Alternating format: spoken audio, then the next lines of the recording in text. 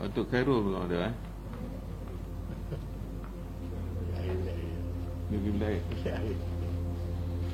Boleh tunggu sekejap Boleh, okey, terima kasih.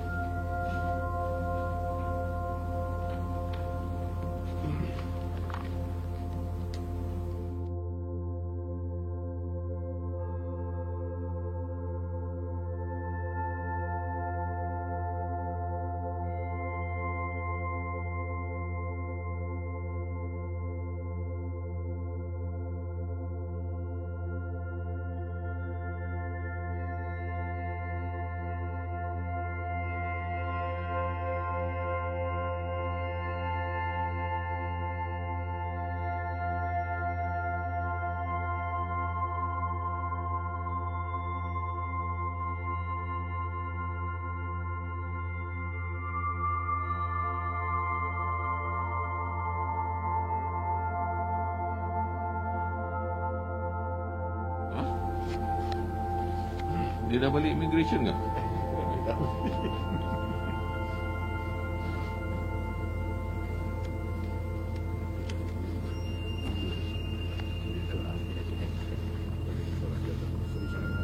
Gaduh.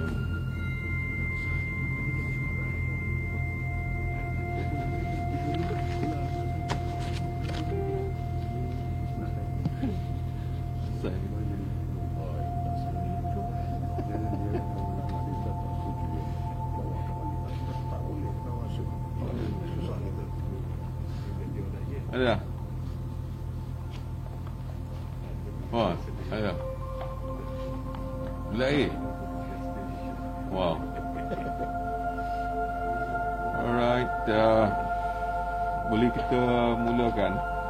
Saya nak bercakap ni tak boleh pakai ni bunyi lain.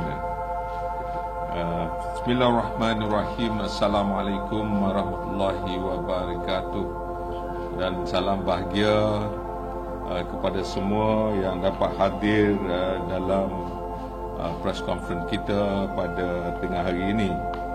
Saya mengucapkan berbanyak-banyak terima kasih terutamanya kepada sahabat saya Datuk Seri Saravanan selaku Menteri KSM, Kementerian Sumber Manusia, bersama dengan dua orang daripada kementerian iaitu KSU dan juga KP, Jabatan Tenaga Kerja, dan di sini KSU saya dan Jabatan Immigration Malaysia. Kami telah pun mengadakan mesyuarat terperinci untuk kita lakukan pengumuman apa yang telah pun kita buat selama ini.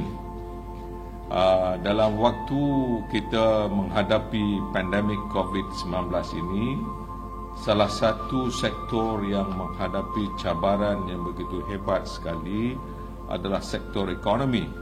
Maka sebab itu apa yang kita lakukan adalah untuk membantu sektor ekonomi ini melalui pelan rekalibrasi pendatang asing tanpa izin atau parti, sama ada mereka perlu diambil semula sebagai tenaga kerja ataupun diantarkan pulang. Jadi saya ingin mengumumkan pertama, kerjaan pada 21 Oktober 2020 telah pun bersetuju dengan cadangan pelan rekalibrasi pendatang asing tanpa izin atau parti yang merangkumi dua komponen utama. Program khas pertama iaitu program rekalibrasi pulang. Maknanya dia boleh datang berjumpa kita dan kita boleh hantar dia pulang. Yang keduanya program rekalibrasi tenaga kerja. Maknanya dia boleh datang dan minta untuk diberikan semula permit untuk dia bekerja dalam negara. Program rekalibrasi pulang merupakan program yang membenarkan parti untuk pulang ke negara asal secara sukarela, tertakluk kepada syarat-syarat tertentu yang ditetapkan. Manakala program rekalibrasi tenaga kerja pula merupakan suatu program khas untuk mengregulasikan, untuk regularisekan. Susah cakap, orang putih nak di Malaysia kan. Parti di negara ini sebagai pekerja asing yang sah, digajikan oleh majikan yang layak. Dia ada dua situ.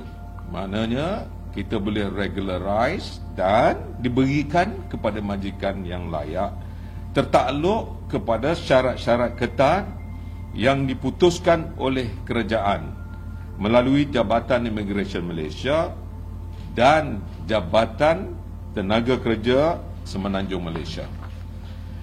Pelan rekalibrasi parti ini akan dilaksanakan bermula pada 16 November hingga 30 Jun 2021 oleh Jabatan Immigration Malaysia dengan kerjasama strategik daripada Jabatan Tenaga Kerja Semenanjung Malaysia serta agensi-agensi kerajaan yang lain tanpa pelibatan vendor atau pihak ketiga.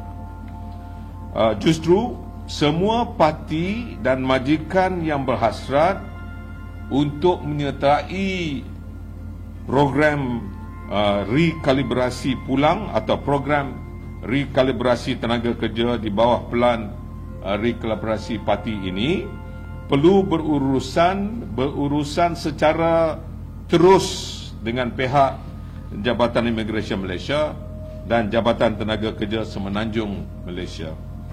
Pelaksanaan pelan rekalibrasi parti juga tidak akan melibatkan pertambahan kos operasi kepada kerajaan atau justifikasi pelaksanaan pelan ini dikendalikan sepenuhnya oleh agensi kerajaan.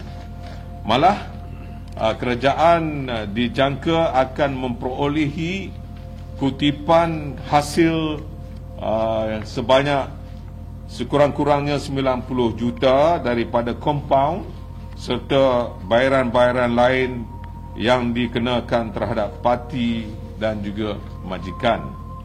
Dalam lanskap ekonomi yang tidak menentu akibat penularan pandemik COVID-19, kerajaan telah membuat timbang tara yang strategik terhadap pelan ini dengan menilai kesan positif serta kesan negatif pelaksanaannya. Antara lain ini termasuklah kepentingan untuk memulihkan semula sektor ekonomi yang terjejas akibat impak buruk COVID-19 terhadap ekonomi negara dengan membenarkan perusahaan dan syarikat beroperasi menurut SOP ketat dalam fasa Perintah Kawalan Pergerakan Bersyarat atau PKPB dan Perintah Kawalan Pergerakan Pemulihan PKPP.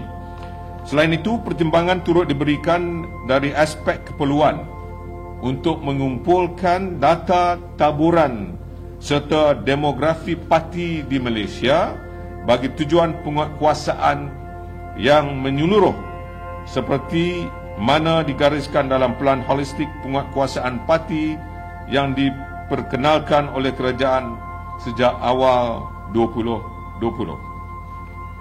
Pendataan parti boleh diselaraskan melalui maklumat yang dikemukakan oleh parti dan majikan. Pendaftaran program rekalibrasi pulang dan program rekalibrasi tenaga kerja di Jabatan Immigration Malaysia harus diberikan penekanan dan penegasan bahawa penawaran program tenaga kerja dari parti yang sedia ada di Malaysia adalah tidak menggugat pasaran serta peluang pekerjaan di kalangan rakyat Malaysia sendiri. Malah, peluang pekerjaan kepada pekerja tempatan adalah terjamin tertaluk kepada dasar penetapan nisbah pekerja tempatan dan pekerja asing yang berkuat kuasa ketika ini. Kerajaan sentiasa mengutamakan rakyat tempatan bagi mengisi kekosongan tenaga kerja dalam semua sektor ekonomi yang mana selaras dengan pendirian dan dasar kerajaan dalam perancangan serta pengurusan tenaga kerja di Malaysia. Buat masa ini, hanya majikan yang beroperasi dalam 4 sektor yang bersifat 3D, iaitu dangerous, difficult dan dirty, dibenarkan untuk mengambil parti sebagai pekerja dalam tempoh pelaksanaan pelan rekalibrasi parti. 4 sektor berkenaan adalah sektor pembinaan, sektor perkilangan, sektor peladangan dan sektor pertanian. Permohonan pendaftaran untuk temujanji bagi pelan rekalibrasi parti akan dibuka mulai 16 November 2020 dan majikan yang ingin menyertai pelan ini hendaklah menghubungi Jabatan Immigration Malaysia serta Jabatan Tenaga Kerja Semenanjung Malaysia untuk mendapatkan maklumat yang terperinci berkaitan dengan sektor masing-masing. Kementerian Dalam Negeri dengan kerjasama Kementerian Sumber Manusia akan mengadakan libat urus dengan pihak kedutaan dan suruhanjaya tinggi asing serta pemain industri di Malaysia bagi menyampaikan maklumat tepat kepada parti dan majikan tentang pelan yang saya umumkan ini. Untuk itu, Jawatankuasa Pemandu Pelaksanaan Pelan Rekalibrasi Parti telah pun ditubuhkan dan diketuai oleh kedua-dua Ketua Setiausaha Kementerian Dalam Negeri dan juga Ketua Setiausaha Kementerian Sumber Manusia, co-chair dalam Jawatankuasa Pemandu ini. Jawatankuasa ini dianggotai oleh pelbagai agensi seperti Kementerian Sumber Manusia, Jabatan Immigration Malaysia, Jabatan Tenaga Kerja Semenanjung Malaysia serta beberapa agensi berkaitan yang berperanan untuk memantau dan mengawal selia pelaksanaan pelan rekalibrasi parti. Tambahan daripada itu, Jawatankuasa khas bagi membincangkan hal ehwal pekerja asing yang dipengerusikan bersama antara saya dan Datuk Seri Saravanan atau Menteri Dalam Negeri dan Menteri Sumber Manusia juga bermesyuarat setiap 3 bulan. Jawatankuasa khas peringkat menteri ini turut akan membincangkan keperluan untuk meluaskan pelan rekalibrasi ini kepada sektor-sektor lain dan juga dasar berkaitan dengan expatriate, dan saya ingin mengumumkan mesyuarat pertama jawatankuasa ini akan kita adakan pada 3 Disember yang akan datang, insya-Allah. Kementerian Dalam Negeri dan Kementerian Sumber Manusia bersetuju untuk mengintegrasi dan berkongsi data bagi menguruskan hal ehwal pekerja asing, termasuklah penyeragaman pembayaran gaji melalui satu sistem e-wages yang sama. Perkara ini akan dibincangkan lebih lanjut dengan agensi-agensi yang berkaitan dalam mesyuarat jawatankuasa khas peringkat menteri yang akan datang yang telah pun saya umumkan tadi, bagi menyokong penuh dasar kerajaan untuk mengutamakan tenaga kerja tempatan dalam semua sektor ekonomi. Pembekuan kemasukan pekerja asing baru ke Malaysia masih lagi diteruskan. Kementerian Dalam Negeri mengingatkan bahawa selepas tempoh pelaksanaan pelan rekalibrasi parti pada 30 Jun 2021, Jabatan Immigration Malaysia akan melaksanakan sepenuhnya pelan holistik penguatkuasaan parti, iaitu operasi penguatkuasaan secara besar-besaran. Sekiranya disabitkan bersalah, majikan yang didapati menggajikan parti akan dikenakan hukuman yang maksimum, iaitu denda sebanyak RM50,000 atau penjara sehingga 12 bulan atau kedua-duanya sekali bagi setiap orang pekerja yang diambil. Bagi majikan yang menggajikan lebih dari 5 orang majikan akan dikenakan hukuman sebat. Yang ini yang saya takut nak baca tadi.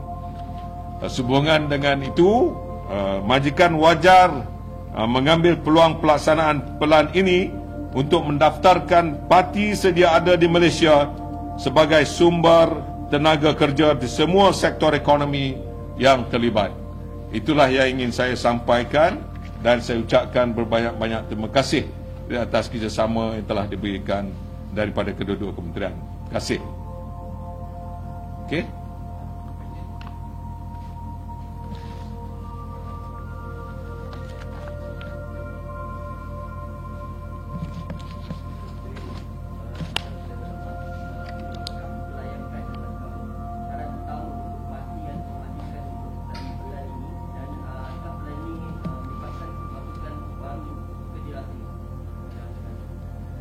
Saya dah pun umumkan tadi bahawa kita masih lagi membuat pembekuan kemasukan pekerja asing baru ke Malaysia. Itu masih lagi diteruskan. Hanya pelan yang saya umumkan adalah rekalibrasi tentang parti yang ada dalam negara. Maknanya dia boleh keluar, dia kata dia nak bekerja secara sah, ataupun dia nak pulang semula ke negara asal. Itu yang ingin kita lakukan dan kita hanya beri tempoh sehingga 20 Jun.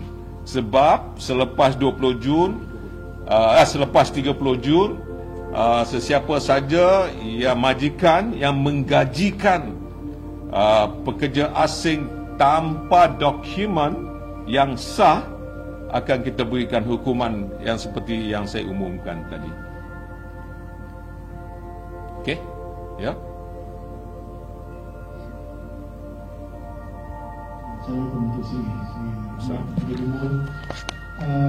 apakah perbezaan di antara program rekalibrasi dengan program-program pemutihan yang dilakukan sebelum ini dari segi keputusanan yang nak kerajaan anticipate, dan yang keduanya memandangkan program ini akan berlanjutan daripada bulan 11 hingga bulan Jun tahun 8. Bagaimana persiapan untuk kita mengekang kemasukan parti melalui ruang tikus yang akan mengambil kesempatan untuk membagi? Terima kasih. Saya telah pun mengumumkan bahawa sebelum ini outbanking akan kita teruskan. Kita tidak mahu orang luar untuk memasuki negara kita ini sama ada untuk mencari pekerjaan ataupun apa saja tujuan mereka. Outbanking masih lagi kita lakukan di bawah kerjasama Kementerian Dalam Negeri dan Kementerian Pertahanan Malaysia. Outbanking ini melalui National Task Force yang telah pun kita wujudkan. Beza dulu pemutihan dan rekalibrasi ini adalah kerana pemutihan yang kita buat dahulu berbeza sedikit, kerana kali ini kita berikan ada dua cara program. Satu dia boleh balik, satu lagi dia boleh bekerja dalam negara. Yang penting kepada kita adalah kerana dahulu kita tak ada kerjasama dengan Kementerian Sumber Manusia. Yang ini kerjasama dengan sumber manusia. Tenaga kerja yang diperlukan itu mesti mendapat kelulusan penjabatan tenaga kerja daripada Kementerian Sumber Manusia, kerana kita nak selaraskan mengikut e-wages. Selepas ini dia bekerja melalui e-wages dan tetap kita tahu sama ada dia masih lagi dengan majikan tersebut. Apabila kita tengok tiap-tiap bulan gaji dia masih lagi dibayar melalui e-wages tersebut. Jadi ini dapat menentukan data-data kita yang ada ini boleh diselaraskan di kedua-dua kementerian bersama dengan mana-mana agensi kawal selia yang ada, kerana kali ini kita berikan keutamaan kepada Jabatan Tenaga Kerja untuk menguruskan berapa jumlah tenaga kerja yang diperlukan dalam negara kita. Bukan hanya setakat untuk membenarkan atau memberi kuota dengan sewenang-wenangnya kepada sesiapa untuk membawa masuk pekerja-pekerja asing. Kerana tadi saya telah pun mengumumkan bahawa kita nak pastikan kalau seorang itu memerlukan 100 tenaga kerja sebagai contoh, polisi daripada Kementerian Sumber Manusia adalah sektor yang berkenaan ada ratio dia. Contoh, kata 70-30 atau 50-50. Itu polisi Kementerian Sumber Manusia. Dan bila ini telah pun kita tetapkan, kalau 50% ratio yang boleh dibenarkan tenaga kerja asing, 50% lah yang akan kita tetapkan. Tidak boleh melebihi daripada 50%. Maknanya yang 50% tadi mesti diberikan kepada pekerja-pekerja tempatan. Ini yang kita lakukan kerjasama ini. Inilah bezanya daripada pemutihan dan rekalibrasi yang kita lakukan pada kali ini. Inilah yang kita nak, dan keutamaan tadi telah pun saya umumkan.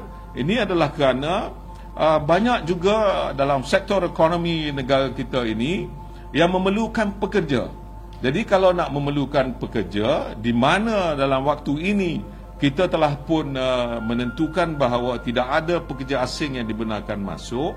Jadi inilah peluang-peluang untuk pekerja tempatan mengambil pekerjaan yang sedia ada, ataupun membenarkan mereka yang masih lagi duduk senyap-senyap tanpa